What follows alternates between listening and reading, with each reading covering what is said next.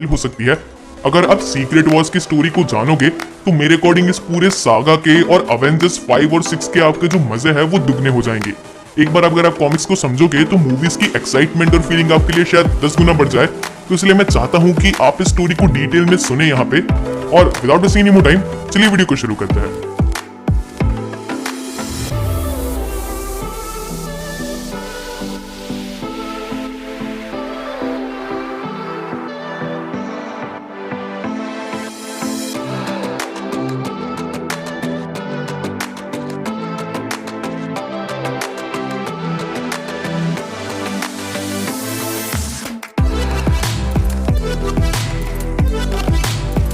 वकांडियन साथियों को कोई टेक्नोलॉजी समझा रहा था, पर तभी उनके बीच में से एक राइनो दौड़ता हुआ आ जाता है।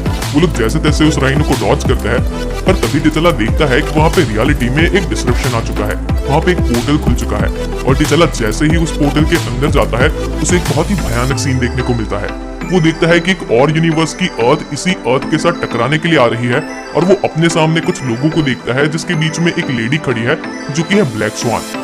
अब ब्लैक स्वान टिचाला से कहती है कि ये दोनों ही अर्थ टकराने वाली है और इसलिए ब्लैक स्वान उस अर्थ से इस अर्थ पे आई है ताकि वो इस अर्थ को डिस्ट्रॉय कर दे और अपनी अर्थ को बचा सके।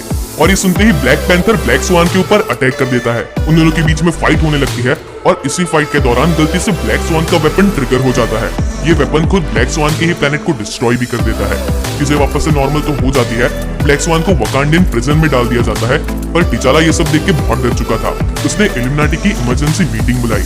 इल्यूमिनाटी यानी कि वो पावरफुल 6 लोग जो कि इस प्लेनेट के बड़े से बड़े डिसीजन को लेते हैं। इसमें है टिचाला का ब्लैक पैंथर, कैप्टन अमेरिका यानी कि स्टीव रॉजर्स, टोनी स्टार्क का iron man, doctor Steven strange, black bolt और नेमोर द सबमरीनर। इन सबको साथ में मिलकर ये समझना था कि आखिरकार हो क्या रहा है और ये भी डिसाइड करना था कि सिचुएशन को कैसे हैंडल किया जाए।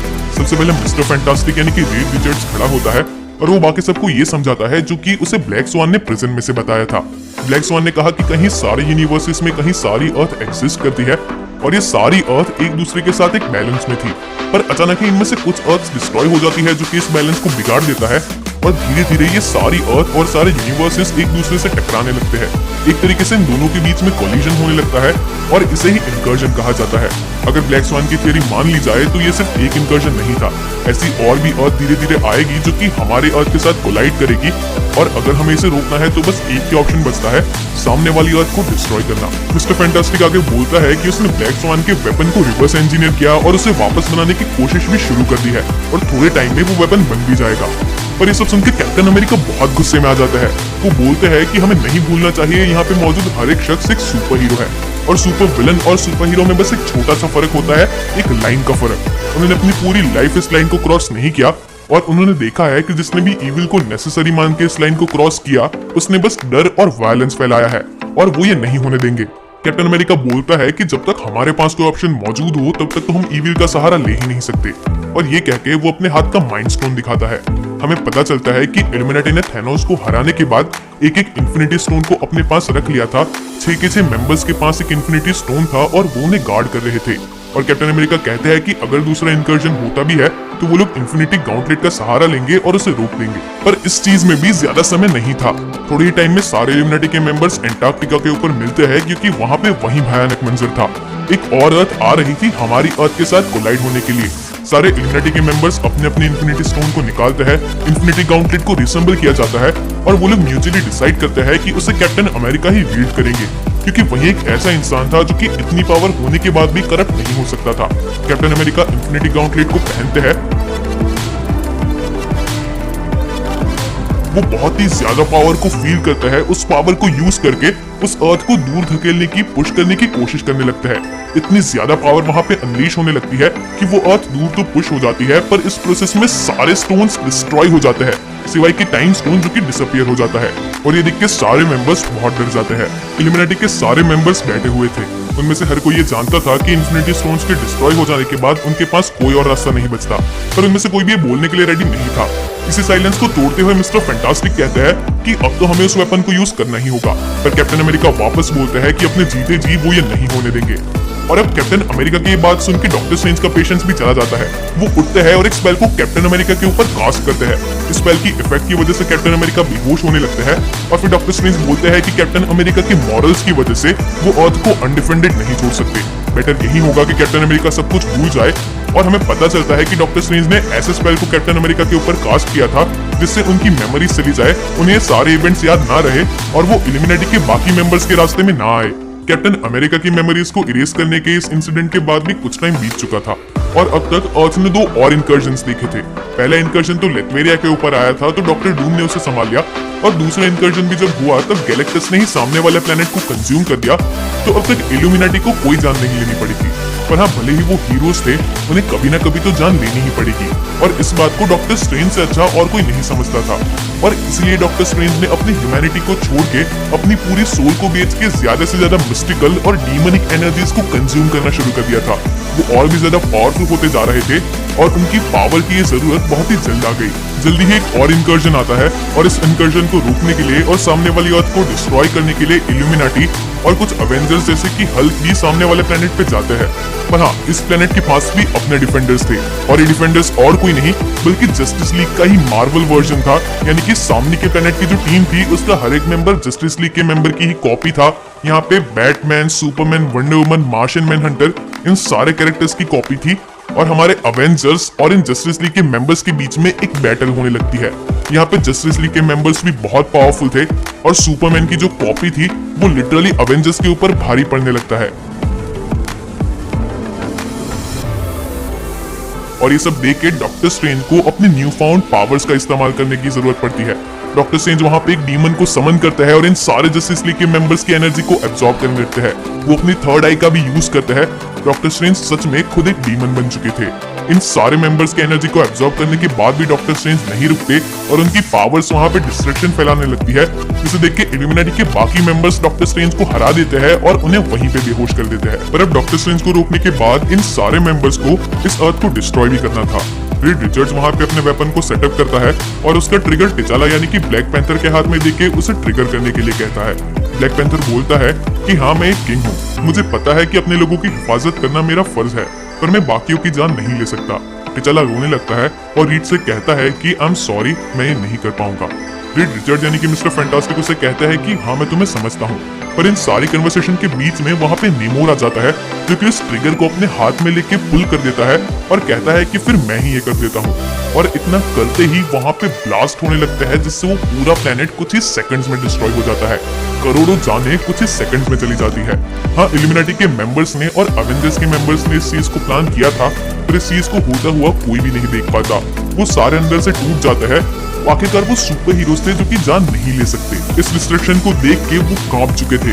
टिचाला गुस्से में उठता है और नेमोर के फेस के ऊपर पंच मारता है और टोनी नेमोर को इल्यूमिनाटी से ही निकाल देता है। वो लोग सोचते हैं कि ऐसे और अर्थ को डिस्ट्रॉय करके और लोगों को मार के वो कब तक अपनी डेस्टिनी को अवॉइड करेंगे। बेटर यही होगा कि वो अपनी डेस्टिनी को एक्सेप्ट कर दे। हल्क वापस से ब्रूस बैनर बन जाता है और अपने साथ टाइम स्पेंड करता है, तो रीड रिचर्ड्स अपनी फैमिली और फैंटास्टिक फोर के साथ टाइम स्पेंड करने लगता है और टोनी अपना बचा हुआ टाइम शराब पीने में लगाता है। पर जिस एंड का वो लिटरली वेट करते थे वो एंड कभी नहीं आता, कभी और कोई इंकर्जन होता ही नहीं। और जब वो लोग इस चीज को इन्वेस्टिगेट करते हैं कि और कोई इंकर्जन आके अर्थ को डिस्ट्रॉय क्यों नहीं कर रहा, तब उन्हें पता चलता है कि इन सारी चीजों के पीछे टीम से निकाला गया नेमोर है। उसने अपनी एक नई टीम बनाई है जिसका नाम कबाल है, जिसमें थैनोस और उसका ब्लैक ऑर्डर, गैलेक्टस के हेरल्ड्स और मैक्सिमस जैसे और भी कैरेक्टर्स हैं और ये सारे मिलके और अर्थ जो की इंकर्जन के थ्रू यहाँ पे आ रही है उन्हें डिस्ट्रॉय कर रहे हैं।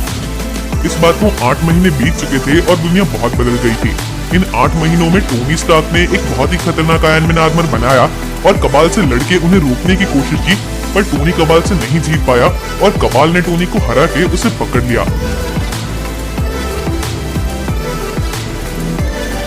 कैप्टन अमेरिका की मेमोरीज वापस आ गई और मेमोरीज आते ही कैप्टन अमेरिका ने पूरी शील्ड को असेंबल किया और इल्यूमिनाटी के मेंबर्स को क्रिमिनल डिक्लेयर कर दिया।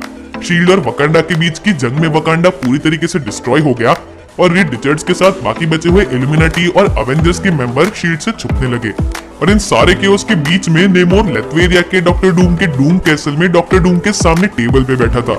वो लोग साथ में लंच कर रहे थे और नेमोर डॉक्टर डूम से कहता है कि वो चाहता है कि डॉक्टर डूम भी कबाल को ज्वाइन करे।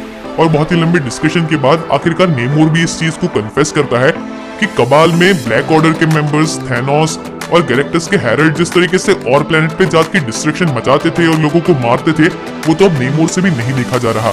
और इसलिए वो चाहता है कि डॉक्टर डूम जैसा एक पावरफुल मेंबर इस टीम में आए ताकि इस टीम को और कंट्रोल में रखा जा सके।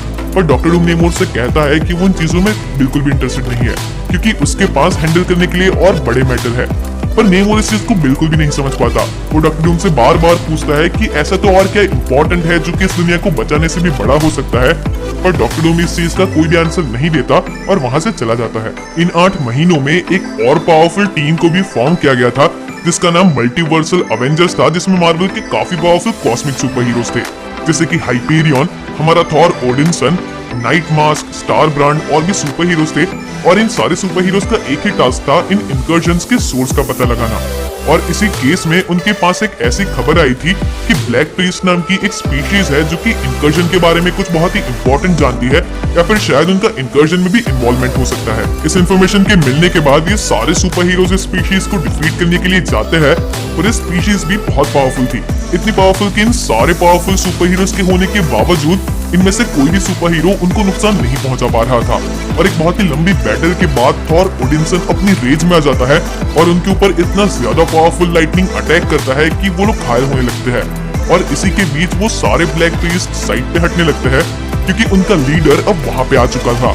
और जब ये सुपर हीरोज उनके लीडर का सामना करने के लिए जा ही रहे होते हैं, तब उनका लीडर अपना मास्क निकालता है, जिसे देख के हर कोई हैरान रह जाता है, क्योंकि ये लीडर और कोई नहीं डॉक्टर स्टीफन स्ट्रेंज था। डॉक्टर स्ट्रेंज उनसे कहता है कि अपनी पावर्स आउट ऑफ कंट्रोल जाने के बाद वो यहाँ पे स्पेस में आ गया और इन ब्लैक प्रीस्ट के बीच में रह के वो इस इंकर्जन के सोर्स को ही इन्वेस्टिगेट कर रहा है। और अब शायद उसे पता चल चुका है कि इंकर्जन्स आखिरकार हो क्यों रहे हैं। पर इन सारी बातों के बीच में अर्थ पे भी काफी की इवेंट्स हो रहे थे, क्योंकि कैप्टन अमेरिका को रीड रिचर्ड्स और बाकी के इल्यूमिनाटी की लोकेशन के बारे में पता चल गया था, और कैप्टन अमेरिका अपनी पूरी टीम के साथ उन्हें पकड़ने के लिए आ रहे थे। पर यहाँ पे रीड रिचर्ड्स भी अकेला नहीं था, स्पाइडरमैन, हल्क और भी कहीं सारे सुपर हीरोज मिस्टर फैंटास्टिक के साथ खड़े थे और कैप्टन अमेरिका का सामना कर रहे थे। और इन सारी बैटल और वॉर के बीच में आखिरकार मिस्टर फैंटास्टिक कैप्टन अमेरिका और उसके एलाइज को कैद करने में कामयाब हो जाते हैं। कैप्टन अमेरिका को पकड़ने के बाद रीड रिचर्ड्स उन्हें समझाने लगता है कि अब लड़ने का कोई फायदा नहीं, क्योंकि अब सिर्फ आखिरी की 2 अर्थ बची है। पहली तो हमारी अर्थ 616 और दूसरी बची है अल्टीमेट यूनिवर्स यानी कि अर्थ 1610।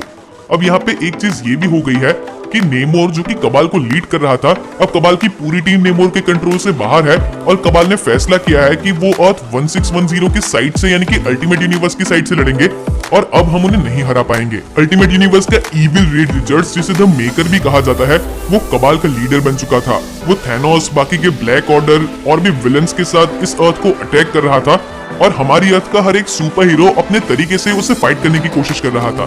जैसे कि लूक केज और आयरन फिस्ट लोगों को रेस्क्यू कर रहे थे, गार्डियंस ऑफ द गैलेक्सी भी अर्थ पे आ चुकी थी अर्थ को डिफेंड करने के लिए, तो एक्समैन को छोड़ के साइक्लॉप्स ने एक फीनिक्स एग ढूंढ निकाला था और अपने अंदर फीनिक्स की पावर्स को समा लिया था। पर हाँ, रीड रिचर्ड्स जानता था कि ये सब भी काफी नहीं होगा। एक आखिरी प्लान के तौर पे उसने एक सेफ्टी लाइफ राफ्ट को बनाया था, एक ऐसे स्पेसशिप को जो कि इंकर्जन को भी सरवाइव कर पाए, और उसने अपने कुछ सुपर हीरोज को उसके अंदर टेलीपोर्ट करके बचाना शुरू कर दिया। उसने स्पाइडरमैन को, कैप्टन मार्वल को, स्टार लॉर्ड को, ब्लैक पैंथर को, साइक्लॉप्स को, उन सारे सुपर हीरोज को उस सेफ्टी राफ्ट के अंदर टेलीपोर्ट करके बचा लिया, और फैंटास्टिक फोर के साथ खुद भी उस राफ्ट में आ गया। और जैसे ही उन्होंने अर्थ को लीव किया, उन्होंने देखा कि कोई भी जीत नहीं पाया था, क्योंकि आखिर में दोनों ही प्लैनेट्स डिस्ट्रॉय हो गए थे। पर हाँ, उनके लिए भी वहां से एस्केप करना आसान नहीं था, क्योंकि उस डिस्ट्रक्शन का ग्रेविटेशनल पुल इतना था कि रीड रिचर्ड्स की लाइफ क्राफ्ट का भी एक हिस्सा टूट के उसके अंदर गिरने लगा, और जिसके अंदर फैंटास्टिक फोर और रीड रिचर्ड्स की पूरी फैमिली, जिसमें उसकी बेटी वेलिनिया और बेटा फ्रैंकलिन था, वो सारी फैमिली रीड की आंखों के सामने ही उस डिस्ट्रक्शन के अंदर समा गई। अब इस सेफ्टी राफ्ट में बहुत ही गिनती के सुपर हीरोज बचे थे, स्पाइडरमैन, कैप्टन मार्वल, जेन फॉस्टर की माइटी थॉर, खुद Reed Richards, black panther, नेमोर, star Lord और फीनिक्स की पावर वाला साइक्लॉप्स। हाँ, ये सुपर हीरोज बहुत ही कम थे और इनकी आने वाली जर्नी मुश्किल होने वाली थी, पर ये उनकी जर्नी का एंड तो बिल्कुल भी नहीं था, क्योंकि अगले ही सीन में हम देखते हैं एक सेफ्टी राफ्ट को जो कि जमीन के ऊपर पड़ी हुई है। वहाँ पे बाहर दो थॉर आता है और इस पूरे शिप को इन्वेस्टिगेट करने लगते हैं। उतनी ही देर में उसके गेट्स खुलते हैं और अंदर से एक स्पीयर आके एक थॉर के सिर में घुस जाता है और उसकी वहीं पे मौत हो जाती है। हम अंदर से बाहर आता हुआ देखते हैं पूरे कबाल को, यानी कि थैनोस, उसके ब्लैक ऑर्डर और साथ ही साथ अल्टीमेट यूनिवर्स के इविल रीड रिचर्ड्स को, जिसे द मेकर कहा जाता है। इसका मतलब ये है कि सिर्फ हमारे यूनिवर्स के ही नहीं बल्कि अल्टीमेट यूनिवर्स के मिस्टर फैंटास्टिक ने भी एक ऐसा ही क्राफ्ट बनाया था और वो भी आखिरी के कोलिजन को सरवाइव कर गया था। अब द मेकर और कबाल के शिप से दूर जाने के बाद वहाँ पे डॉक्टर स्ट्रेंज आते हैं, हमारे डॉक्टर स्ट्रेंज। वही डॉक्टर स्ट्रेंज जो कि ब्लैक प्रीस्ट बन के कोलिजन के सोर्स को इन्वेस्टिगेट करना चाहते थे, पर उसके साथ साथ हम देखते हैं कि कुछ थॉर्स भी उनके साथ है। ये देख के हमें बहुत ही सरप्राइज होता है कि इतने ज्यादा थॉर एक ही वर्ल्ड में कैसे एग्जिस्ट कर रहे हैं। बट फिर डॉक्टर स्ट्रेंज जो शिप के नजदीक जाता है, अपने मैजिक से किसी को सेंस करता है और आवाज लगाता है कि क्या तुम खुद शिप से बाहर आओगे या फिर मुझे तुम्हें अंदर लेने आना पड़ेगा। और तब हमें पता चलता है कि द मेकर और कबाल के साथ अल्टीमेट यूनिवर्स का स्पाइडरमैन, जो कि माइल्स मोरालिस है, वो भी इस शिप में छुप के आखिरी के कोलिजन को सरवाइव कर गया है। माइल्स मोरालिस उस शिप से बाहर निकलता है और डॉक्टर स्ट्रेंज से कहता है कि आखिरकार वो है कहाँ। उसे बस उतना याद है कि आखिर में दो अर्थ्स टकराई थी और उसके बाद का उसे कुछ भी याद नहीं। पर ये सुन के डॉक्टर स्ट्रेंज बहुत शॉक्ड होते हैं। वो माइल्स से पूछता है कि उसे इतना पुराना आखिरकार याद कैसे है, क्या उसे कोलिजन्स के बारे में सब याद है। पर माइल्स डॉक्टर स्ट्रेंज की बातों को समझ नहीं पाता। उसके बाद डॉक्टर स्ट्रेंज माइल्स को ले जाता है हिडन आइल ऑफ एगामोटो पे, जो कि डॉक्टर स्ट्रेंज का ही एक सीक्रेट बेस और आइलैंड था। और वहाँ पे डॉक्टर स्ट्रेंज ने ढूंढ के एक और रेस्क्यू राफ्ट को भी रखा हुआ था, और ये राफ्ट थी हमारे अर्थ के सुपर हीरोज की। डॉक्टर स्ट्रेंज उसके गेट्स को खोलते हैं और हमारे सुपर हीरोज वहां से बाहर निकलते हैं। गेट्स खुलते ही Mister Fantastic, Star Lord, Cyclops, जो कि फीनिक्स के साथ बाइंड होके अब तो बहुत पावरफुल हो गया था, Spiderman, mighty Thor, captain Marvel, नेमोर, black panther, ये सारे सुपर हीरोज निकलते हैं और वो डॉक्टर स्ट्रेंज को देख के खुश भी होते हैं। और स्पेशली स्पाइडरमैन खुश होता है क्योंकि स्पाइडरवर्स की इवेंट्स के दौरान वो माइल्स मोरालिस से पहले भी मिल चुका था।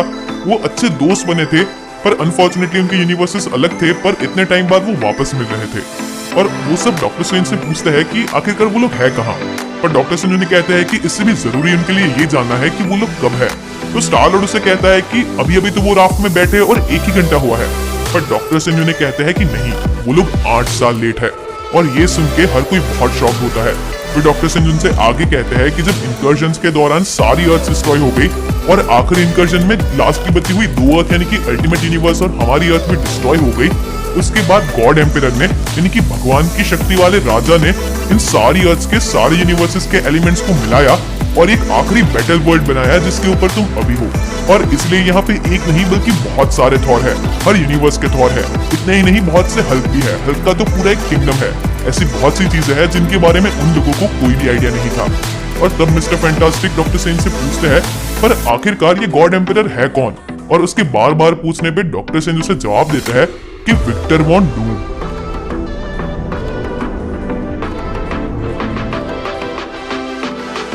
डॉक्टर स्ट्रेंज कैसे बचे हुए हैं, या फिर डॉक्टर डूम गॉड एम्परर कैसे बना, हमारे सुपर हीरोज बैटल वर्ल्ड को कैसे सरवाइव करेंगे, मार्वल के यूनिवर्स को फिक्स कैसे किया जाएगा, ऐसे बहुत से सवालों के जवाब आपको नेक्स्ट पार्ट में मिलेंगे। बहुत से विलन्स है, थैनोस है, गैलेक्टस है, अपोकलिप्स है। तो हीरोज की बात करूं तो एक नहीं हजारों की तादाद में हल्क्स एंड थॉर्स है। बहुत क्रेजी स्टोरी लाइन है। तो नेक्स्ट पार्ट को बिल्कुल भी मिस मत करना। एंड आई होप कि इस स्टोरी को अगर आपने पूरा देखा है तो अब आपके माइंड में क्लियर हो रहा होगा कि कैसे मार्वल ने मल्टीवर्स ऑफ मैडनेस के थ्रू इंकर्जन्स को एस्टैब्लिश किया है एंड में, फिर कैसे उसने थॉर लव एंड थंडर में माइटी थॉर को एस्टैब्लिश किया जिसका इस सीरीज में आगे अच्छा रोल होगा, एंड कैसे वो वकांडा फॉरएवर के थ्रू नेमोर को भी एस्टैब्लिश कर रहा है जिसका इस पूरी सीक्रेट वॉर्स की इवेंट में की रोल है। तो मार्वल लिटरली अपने सागा को कैसे सीक्रेट वॉर्स की और ही डायरेक्ट कर रहा है। और ये सब समझने के बाद आप बिल्कुल क्लियर होंगे और मार्वल की मूवीज के लिए आपका एक्साइटमेंट भी और बढ़ जाएगा, जो कि मेरा एम है।